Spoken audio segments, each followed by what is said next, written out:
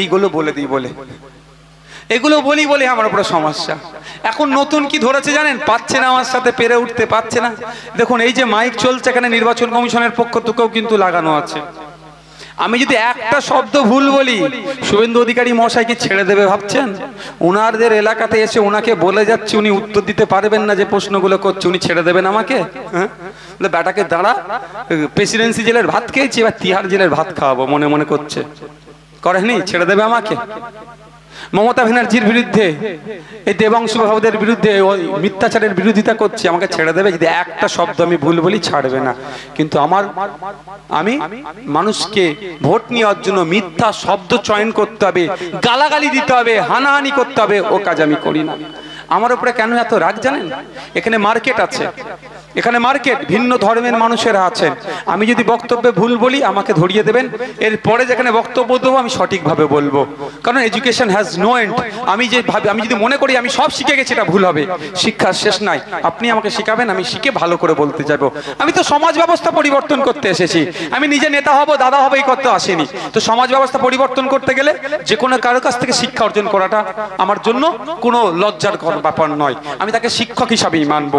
তো হিন্দু সমাজের পূর্বপুরুষেরা দেবদেবীর নামে, মন্দিরের নামে সম্পত্তি উৎসর্গ করে গিয়েছিল, সেটাকে দেবত্ব সম্পত্তি বলে। সেটা দেখভাল সম্ভবত যারা করে তাদেরকে সেবায়েত বলে। সেই সম্পত্তি বিক্রি করা যায় না।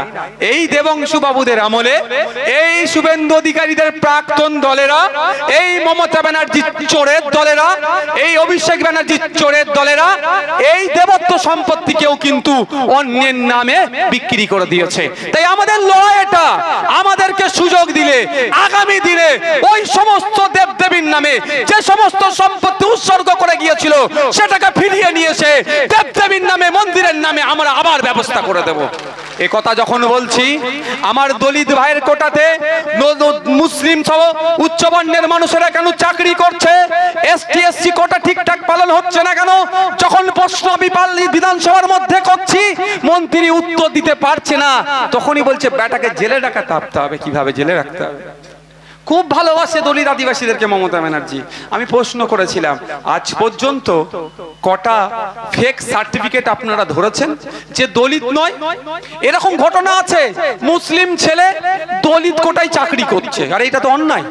এমন ঘটনা আছে, ব্রাহ্মণ সমাজের মানুষ দলিত কোটায় চাকরি করছে, এটা তো ওদের জন্য, মুসলিমদের বা ব্রাহ্মণদের জন্য তো নয়, ওটা আমার দলিত ভাইদের জন্য, আদিবাসী ভাইদের জন্য। তো আমি কোশ্চেন করেছিলাম বিধানসভার মধ্যে যে ভাই বলুন, স্যার কটা বাজে দেখো তো, যে এসটি এসসি ফেক সার্টিফিকেট কটা ধরেছেন, তাদের বিরুদ্ধে কি ব্যবস্থা নিয়েছেন, উত্তর দেন। মন্ত্রী কাঁচুমাচু করছে, উত্তর দেয়নি। সব হাউসে সবাই দেখছে, মন্ত্রীর দিকে তাকিয়ে আছে, আমার দিকে তাকিয়ে আছে, বলছে পরে ওটা বলে দেবো। এখনো পর্যন্ত বলার সময় হয়নি। তো কি হচ্ছে এর বিরুদ্ধে? যখনই আমরা বলছি, যখনই দেবত্ব সম্পত্তি উদ্ধারের কথা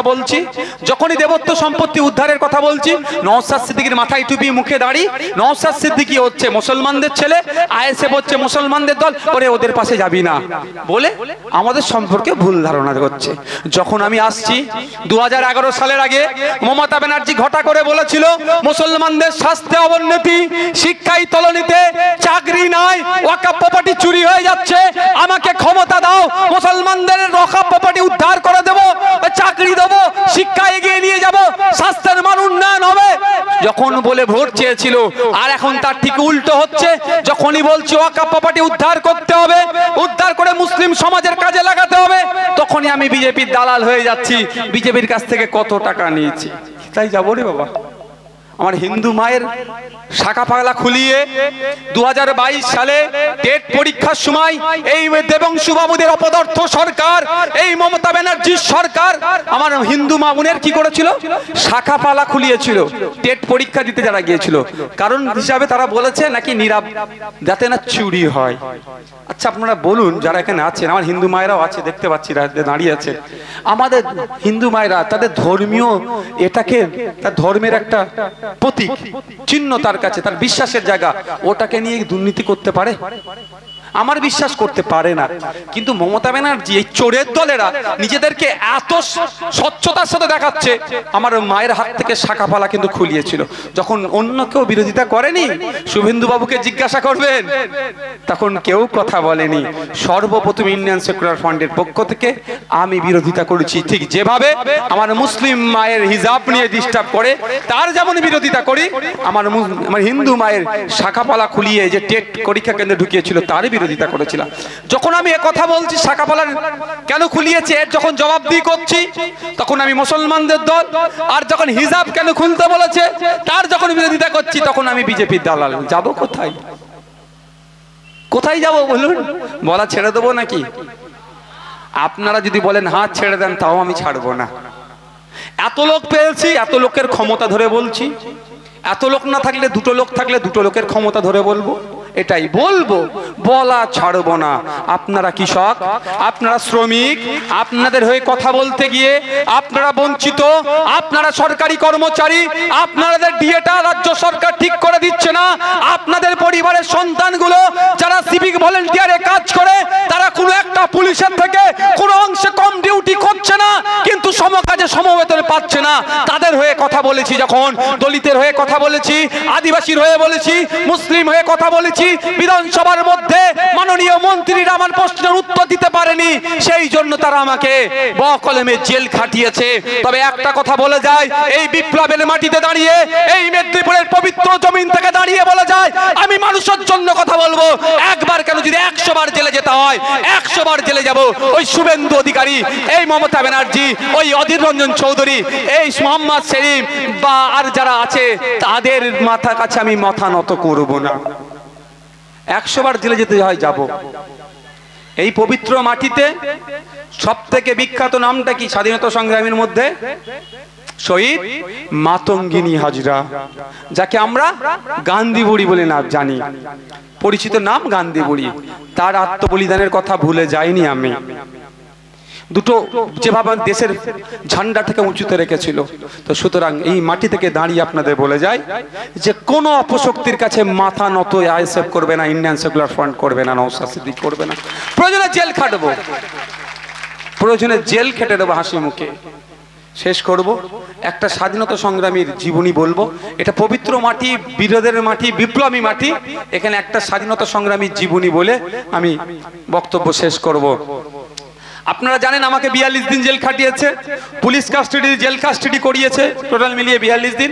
তো আমি যখন প্রেসিডেন্সি জেলে ছিলাম, তখন কিছু কিছু পেপার পেতাম, পড়তে পেতাম। মানে তখন সময় যেত না, অ্যাড যে দেয় না, তখন অ্যাডগুলো খুঁটিয়ে খুঁটিয়ে পড়তাম। সময় কি করে পার করব ভাই? যে অ্যাড দেয়, এখন তো অ্যাড হলে এড়িয়ে যায়, তখন অ্যাডগুলো খুঁটিয়ে খুঁটিয়ে পড়তাম।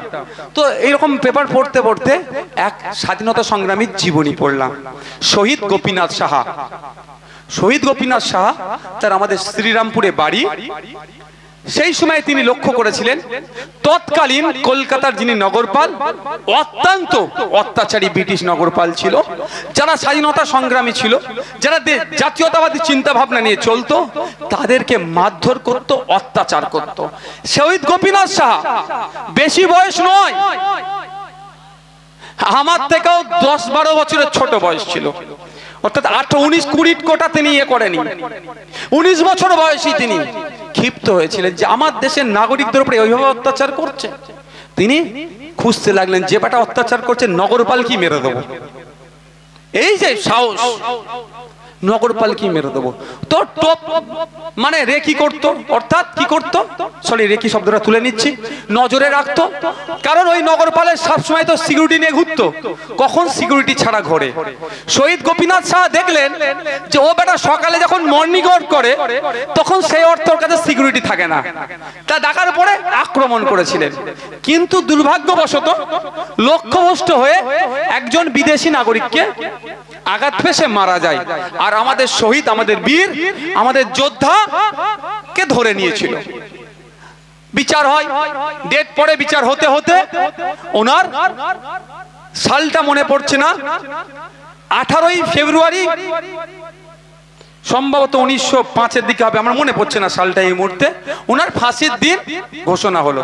অর্থাৎ ওই দিনকে রায় হলো, 18ই ফেব্রুয়ারি রায় হয়েছে, মার্চের 1 তারিখে ফাঁসি হবে। তাহলে এই 18ই ফেব্রুয়ারি থেকে মার্চের 1 মধ্যখানে কটা দিন থাকছে? 13-14টা দিন। আমাদের হলে কি বলতাম, এত বড় বড় ভাষণ যাই দিক না কেন, যে আমার 13 দিন পরে ফাঁসি হয়ে যাবে, তাহলে কি হতাম? খাওয়া দাওয়া ছেড়ে দিতাম স্বাভাবিকভাবে, যে 13 দিন পরে আমার মৃত্যু অনিবার্য, আমার ব্রিটিশদের হাতে আমার ফাঁসি হবে 13 দিন পরে। কি করতাম আমরা? খাওয়া দাওয়া ছেড়ে স্বাভাবিকভাবে একটু শুকিয়ে আসতাম। কিন্তু আমার স্বাধীনতা সংগ্রামী, আমার দেশের বীর যোদ্ধা, কেন সেই বীর যোদ্ধার জীবনী আপনাদেরকে বলছি। এই মেদিনীপুরের মাটিতেও কিন্তু গান্ধীজি এসে প্রায় 3 থেকে 4 দিন অবস্থান করেছিল এই মহিষাদলে। আপনারা অনেকে ইতিহাস জানেন বা অনেকে জানেন না, আপনাদের জানিয়ে দিয়ে যায়, গান্ধীজিও কিন্তু এসেছিল আপনাদের এই বিপ্লবের